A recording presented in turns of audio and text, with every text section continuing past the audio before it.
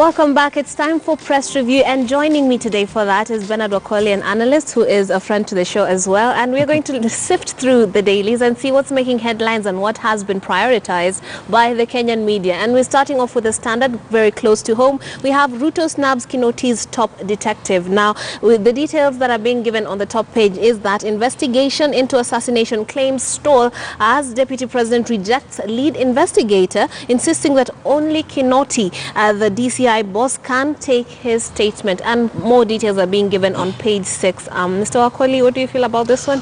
Yeah, I think it's all about the issue to do with the protocol. But, you know, now the status of DP is slightly next to the president. So he expects that the person who should take statement from him is also a person at the highest level of an institution. Yes. So, but I think if it's a criminal issue, as in the issue is a crime in nature, yes, I feel the person who was supposed to take the Mr. Sang is quite well versed with such kind of issues. So it was just necessary that the DP could have given in and gave his statement by now. And I know the gravity of the allegation. The issue is very, very serious. A plot to murder. You would expect that he would be racing to wherever to get his statement taken by whomever. But of course, as you said, the issue of protocol, and of course he is a state leader. I mean, rather he's the deputy president. I mean that would be really, really. It's interesting because if somebody was plotting to have me, I wouldn't care who's taking the statement. I would want it on record. But you see, the issue has also been politicized so much. Yes. And we have now people for and against him taking statement. And also, since it has been politicized, it has taken regional kind of framing. Yes. Now people are saying, oh, the DP is targeting people from Mount Kenya. And, you know, such kind of things. And we hear statements from people who are from DP's backyard, also saying, okay, these people want to, you know, destroy and kill our person. But I don't know how things are going to unfold because it might, as DP prepares for 2022, we have seen unresolved high state, you know, murders that way back from 75 when James Kariuki was murdered. Then we had Tom Boyers and, you know, all those people. Recently we had Juma and Musando. We have not heard anything about them. So I think it's very prudent that investigative agencies put in place proper forensic kind of audit to ensure that those cases are at least brought forward. Because as we speak, if at all something happens to DP, leave alone even, you know, the cases of murder or what, but anything happening, it will be is assassination attempt. So the DCI need to be very, very careful when handling such kind of issues. And get to the bottom of it. Now, we are being told here on page 6 of the Standard that let Kinoti go to the hotel and review the CCTV footage of those who attended. He should also demand to see the minutes of the meeting. I mean, would they be taking minutes about a murder plot if this is actually factual? And of course, ask why the meetings were being held in the basement. Now, the basement bit is a bit weird. Why are they? You know, I listened to the conveners of the meeting, and they were saying this was an informal meeting just to understand how things are working in Mount Kenya and how they can come into like spa development and assess situation. You know, those kind of statements. But if at all the letter that we saw was from an insider person who attended that meeting and wrote the letter to the head of state, you know, it paints a picture of maybe they were not talking necessarily about killing the DP, but you know, if such statements may be crossed and said, if we do away with this guy, then our people will be, you know, it will be easy to take over the government, or it will block his presidential ambitions. Maybe the killing might not have necessarily been like physically killing the deputy president, but maybe killing his political ambition. Maybe. So it's about speculations. We are not sure what exactly transpired from the meeting. So unless the DCI tells us, and I will suggest that DCI conduct this issue with a lot of secrecy. Yes. Because the moment it bursts out without conclusion, then it takes a political angle. And once it takes a political angle, it destroys everything. Yeah. So it was very prudent for the DCI to have listened to this case first, listened to the DP, then carried out the investigation very privately before coming to the media. So once the issue has come out, you know, everybody now is speculating and, you know, throwing aspersions on what might have conspired. Yeah. So I just pray that DCI conducts himself in a way that inspires confidence in and lends of integrity Kenyans. to the investigation of that, because if we are all talking about it in the media, politicians at rallies, then it also of course sullies the integrity of that investigation. But for any of that to happen, a statement has to be made. A statement needs to be written. It hasn't yet been made. Hopefully it will happen soon, so those investigation procedures can be set off. Now there's another story, and the headline, it's one of the headline stories on the Standard. It has to do with Maribe and Joey in court. Now that case has kicked off now. Jackie Maribe and Joseph Irungu alias Joey at the Milimani court yesterday over a case in which they are jointly accused of murdering businesswoman Monica Kimani. Now this story has had us on the edges of our seats since last year when it broke, and of course they have been in and out of court as the preliminary procedures go ahead, and now it has been launched. They're looking quite dapper. Somebody mentioned that he is quite smartly dressed. Yeah, he's smartly dressed, and again, looking at the case is active in court, so we can't dwell so much on it. But I just hope that wheels of justice will move very fast and quickly, so that the verdict can be realized. We have had cases of crime taking ages in court, you know, and at the same time, if justice is not given very fast, then it becomes injustice to the people who are, you know, being accused. So I just hope the wheels of justice will move very fast, and either conviction or the release of Joey and Maribe, so that they can help in either building the economy in outside or inside the jail. So, but it's one of the cases of murder cases that we have always been talking about, you know? The unresolved murders, you know. So if at all investigative agencies nailed and, you know, brought these people to the scent of the murder, let us hope that it will be fair trial, so that everybody gets a fair part of it. Monica's family is waiting for it, and Joey and Maribe are also waiting for the proper judgment.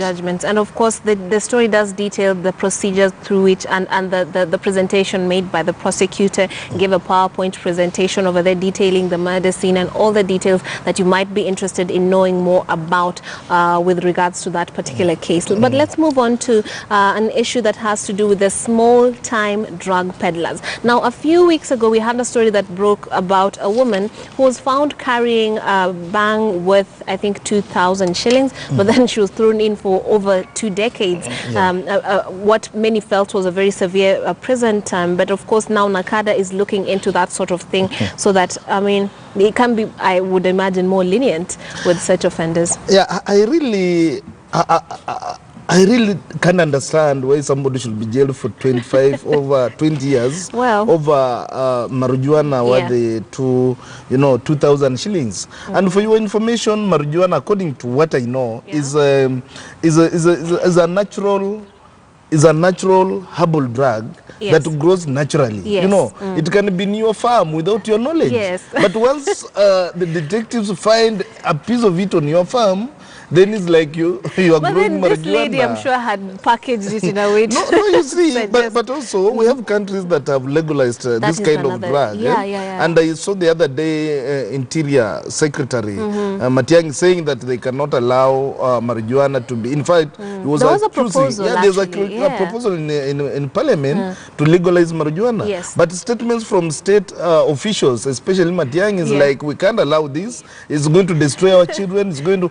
But the moment if we have a regulated framework because research has shown, science has shown that marijuana can actually be be medicinal. Yes. Actually, is medicinal. Especially in some terminally ill it can even relieve depression among many people. So if research has provided such kind of indications, and we have had countries moving forward and legalizing it, a bit regulating its usage, then why is Kenya so adamant to be jailing people who are just using a natural herb? Let us deal with things like cocaine, heroin, the hard stuffs. But again, before we move on from this story, there's so many drugs that can be found across the counter in our chemists and pharmacies. So I hope that the government comes up with the regulations to ensure that such kind of drugs sometimes are bought like painkillers, but at the end of the day they are misused, abused, and for example codeine that is being sold in large amounts to young people. I don't know how they use it, but somehow they get a high off of it, and some people are just doing it in plain sight. So that needs to be something that is focused on. And I guess maybe if marijuana is made mainstream in some states in the United States, people are making a killing out of selling this drug package as a medical alternative. Yes. Now, also, Nakada boss Victor Okiomu is being quoted in this story, and he says we need to focus on the big networks, but at the same time treat those who have been affected. Now, just to say, to lend to what you said about the bigger drugs. Then again, recovery kind of rehabilitation mechanism in Kenya is also very poor. It has been very expensive, and it has been stigmatized. Like if I hear that you are going for rehabilitation, then it becomes a very big issue even to your community. So I think this is something that should be taken as an important issue for young people, so that when you find yourself you are overwhelmed by drugs, you can walk into a rehab center and talk. There are people there. Be open about it. Be open up about it, so that we don't have these young people dying out of excessive use of drugs, and nobody's looking at them because they're afraid of the condemnation that comes with it. And I mean, like I said, if it can be repackaged, but we are not advocating for people suffering from depression to get themselves a joint, as some would call it. Now let's move to page 5 of the Standard. The Auditor General wants IFMIT split. Now, Auditor General Edward Ouko has recommended that the integrated financial management information system be split into 2 separate systems to cater for national and county governments. A few weeks ago, we had the Murang'a County Governor being at odds with the government and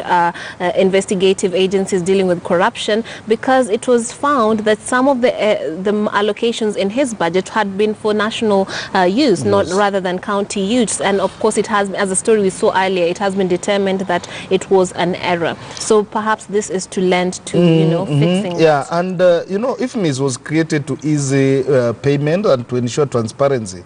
But from what we have seen, I think it's very prudent that the system be audited first. After being audited, then we can have the split, as the Auditor General is saying, because we have had county governments crying that sometimes there's late payment, and when there's late payment, then the employees and services in those counties tend to stall. So I just feel that the Auditor General comes in and gives direction, as he has said, but the system, from where I stand, need to be audited very thoroughly. And it's a I think what we call teething problems when you introduce new digital systems, and the Auditor General did indicate that they're going for digital quite soon. So these are teething problems that need to be worked out. But the system has been around for quite long. I know. For quite long. It's not. I think is when Waiguru left. This was a brainchild of Anne Waiguru. So when she left, I think those people who were left there to operate the system could not understand how it functions, and and it created a loophole for people to siphon huge amounts of money from from using the same system. And we have had even county governments siphoning money which is meant for development into other personal use. Other routes. Now, just to quote the Auditor General, he says here, I sometimes sympathize with counties when any errors occur and they are sucked in. The records show we can only respond better in budget controls by having a two-vote system. That's one for national matters and one for county issues. Now let's move on. But again, on the auditor's reports, right. you know, we have always asked what happens after the auditor makes a statement about, you know, illegal or some misuse of funds. Yes. The parliament sits, a committee of parliament sits, looks at them, then the matter dies there. So the auditor general is asking for powers actually to surcharge those implicated in those malpractices. And I think that will be a good move, because from time immemorial, nothing has ever been happening on auditors' reports. Absolutely. And we expect that those huge amounts of money should be returned back to the government. Yes, and he would be better placed to give the details and follow up on the matters, because he understands the loopholes and what happened to certain lump sums of cash. Now let's move on to page 8 of the Standard. We have Sonko targets online businesses in budget. Now if you own an Instagram shop, you might want to look out for this new development in the county government. Of course, we're having some other more mainstream online businesses and websites that cater to, you know, the small businesses, but then we're being told that you're going to have to be digging deeper into your pockets to help the county government operations. I think sometimes we jump too high to the extent that we fail to reach even the target. Because when you look at suggestions of targeting online business, yes, there's a huge amount of money that are transacted daily on online platforms. Right. But how is the county government going to enforce? That's the big question. That, you know, if you are using Instagram or Facebook, you are going to be paying, or if you are transacting business on PayPal or whatever. And how do you even tell who is doing business? Because most of these small business people are carrying their goods in their handbags. They're going to deliver personally. It's not that mainstream. In fact, sometimes it's through the phone call. Exactly. Because somebody just advertises online, then you call and say, pick your property or your goods at this place. Or I give my border rider to go and deliver. Yeah, so it's a bit difficult. I wonder how the plan is going to work out. No, it won't work. And as I said, this is targeting too high. I think county government should put in revenue avenues that are achievable. Something, if you target like collecting billions of money through online, then you put it in the budget as part of the revenue collection. Then you fail to reach that target. What happens to your budget? Then? You know, that's why people keep on complaining of uncompleted and finished projects within county governments, because they are budgeted without realizing that this money cannot be found through the avenues. And we are also told that gamblers are not being spared, with Kerich seeking to implement the Betting and Lottery Act that will see City Hall tax gambling and the entertainment industry. So the national government was out for taxing, them, and now the county government. But I think there should be, these things should be rationalized. So that if somebody is doing, because they are going to make the cost of doing business in Nairobi too high. Pretty difficult. And you know, most people survive on entertainment in this town. There are so many clubs and betting and whatever. So if they put so much taxation and the businesses are going to collapse, many young people are going to lose jobs, and that will create a very serious challenge in this county, because Nairobi is the hub of Kenyan economy. So once things go amiss, then everything crumbles. And you say it's the commercial hub, not just for Kenya, for the region. We're not just talking about Kenya. And so we need to be, I guess, more keen on some of these revenue ways we're trying to tap into getting more revenue for the county. And also we're being told that 17.32 billion is the amount the Nairobi County government expects to raise for revenue collection, and 17 billion is the amount Nairobi County expects to get from the national government to finance its operations. So I would be really keen to see how this works out. There's around 15, for almost 14. Yes, and also another details that is emerging in this story is about the parking fees that went from 300 to 200. They are going to be reviewed upwards. So you might also be digging deeper into people are going. But I think if the parking fee is increased, is a good revenue for the county government. Only if the loopholes are sealed. Because the county government loses a lot of money through these dubious parking. I've on several occasions parked my car without being paying. charged, but when you come to collect, somebody asks you for 20, 30 bob, you know. Oh, goodness. So you realize that these people parking attendants only survive on those small handouts. And at the same time, making sure that the county government does not reach its target. And if they raise this amount to 300, I feel it will be a good revenue for the county government. Now, let's move on to page 10 of the Standard. We are being told that more about the inquest into the former Nyeri Governor Wahome Gakuru, who is said to have looked disturbed a week before he was killed in an accident, and the inquest was heard, and a lot of witnesses were interviewed, and we are being told about his mood before he passed on, the fact that he even changed his vehicles that day before heading to, trying to head to Inoro TV just for that interview that never was. What do you feel about this development?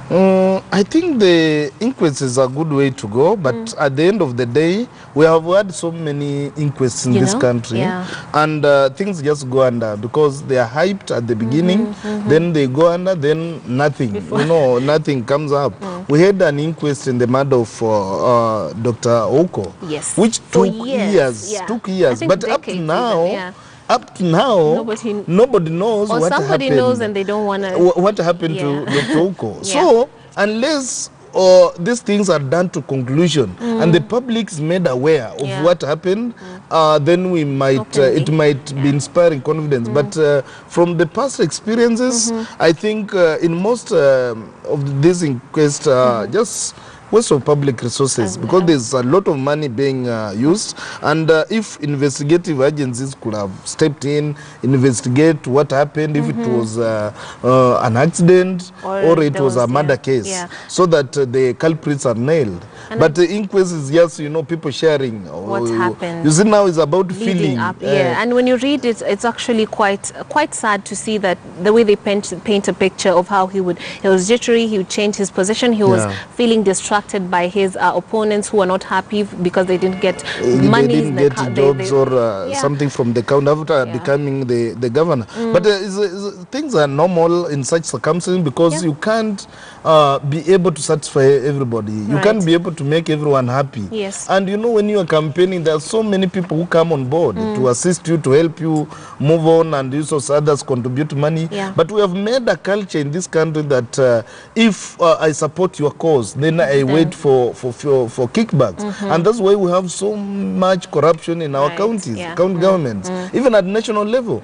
Because I pump in your campaign kitty almost 20 million, then I expect that within 5 years I should have returned that money. So I think from the story, it paints a picture of some supporters who felt disgruntled about his being kicked out of their inner core. Then he became emotional and that, so they went and celebrated, things like that. But these are just narratives. These are these are just stories, pictures of his last days.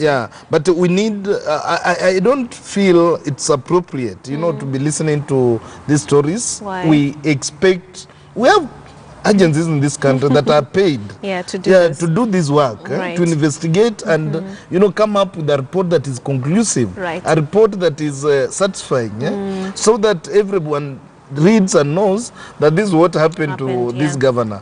But inquest, I don't really trust. And of course the judge, it was delayed because the judge who was presiding over it was changed after she herself was facing a murder case where her husband had passed on. Now let's the Joey and the Monica murder is making headlines on all the papers, well, except for the Nation. It's not being headlined on the top page, but on the Star, we're being told bullets hidden in Maribe's home could link her to that murder, and they're digging deeper into page 7. But what cuts across all the dailies is the assassination. This is what it's being called on the Star. It says, was Ruto later fake? Now that's a different angle that they're using. They're telling us DP Ruto has yet to record a statement after he alleges a plot to eliminate him. But you say, Trix, I look at these things, Kenya, like speculating. You know, this letter can be put into forensic. Yes. And analyze whether it's authentic or not. Yes. You know, in fact, we have even softwares that can clear the whitewash. And even find out who wrote it. Yeah, and find out who wrote it. There's so much technology has really advanced that we don't live in old ages where we used to speculate. You know, in fact, by this time, we should be expecting some headways from the DCI offices. And or ask for help if we don't have that kind of help. Even invite Scotland Yard or FBI into... No, this is a big allegation. It's just... even though his security was beefed up, but still... Just imagining the death of a deputy president, it's no joke. you know, we are talking about the presidents. It's not as the previous years where we had a vice president who's appointed at the will of the president. Here is like conjoined twins between the president and the deputy. And in case of something happening to deputy president, it actually affects the presidency. And it affects the entire country, not even the country, the governance structure. Because we don't really understand if at all, God forbid it happens, what will happen, because the constitution is very silent on the replacement of the deputy president. So the DCI should take this matter as a matter of urgency and tell Kenyans, if it's fake, let people know it's fake. But first, a statement has to be made. No, the letter is there. The letter is there. Yeah, but even before we had the issue of the gold and gold scandal, and there was a voice of supposedly of Honorable Moses Wetangula. Moses was not invited to write a statement, but the DCI said the voice is linking to the Bungoma senator, Moses Wetangula, So it's the same way. The same way he told us about that voice can still tell us about this letter without Deputy President actually writing the statement. We're still being focused on the nation. We're told Ruto probe shifts to murder plot letter. Now, although the Deputy President is to record a statement, Director of Criminal Investigation George Kinoti says police officers are treating the case seriously. As we would hope, they will first focus on the letter before authenticating the issue it raises. And if they dig deeper into it on page 4. Now, we have a concern over key vaccine stockouts. That is, regarding the health sector. And we're told that thousands of children exposed to preventable diseases as hospitals and health centers report shortages of polio, measles and tetanus vaccines. And these are diseases that we have long forgotten about. So you can imagine. Kenya we always cry about misplaced priorities. When sometimes we take these vaccines as things of backseat. But at the end of the day, when the challenge now strikes, you realize that it was important to prevent than to cure. So I think the relevant authority should just move in and and restock these vaccines, because we don't want to see people dying of tetanus, polio and measles. Although measles is not quite common nowadays. But the thing should be that it should go down to zero before we stop looking at it. But for polio, I think we need those vaccines because they're debilitating diseases, and we need to be forgetting about them. But first, we need to keep up the vaccinations, and that will mean we need to keep it stocked. But for some reason, we don't have. And if you want to know why, the story is on page 10 of this Nation. And some of the numbers that are emerging from this story are that 250,000 in one of the worst first meningitis outbreaks in 1996. These number of cases were reported later, reducing to 80 in 2015. So we are well on our way. Yeah, we are on track, yeah. but we can't stop now. Yeah, we can't stop now. Yeah. We are on track, and also apart from just providing immunizations and vaccine, I think the government should also try to create awareness. We have some communities and religious institutions which still prevent their children from vaccination, and you know, and it brings it draws us back from, you know, moving 2 steps forward, then 1 step backward, you know. So I just think if there's that awareness, sensitization about the importance of these vaccines, so that we can and perhaps the law should also come in and ensure that everybody is mandatory. Because if your kid has that, contracts that, they're actually putting other kids in danger, even if they are they have been vaccinated. Yeah, there are so many conspiracy theories around vaccination. Some say, these children are being sterilized, these children are doing, you know. So at the end of the day, if it runs out of stock, then those people posing it say they have won. You know, so it should be there, and awareness and civic education should also be carried concurrently. Absolutely, and the headline for that is children in danger as hospitals face acute shortage of jab. And a similar story that is making headlines is that the ministry is in a bid to curb meningitis with a new vaccine, and 700,000 locals are targeted in a campaign against vaccine. We aired that yesterday on KTN News, and of course the dailies are running with it as well. Now that concludes our segment of press review. When we come back, we'll have more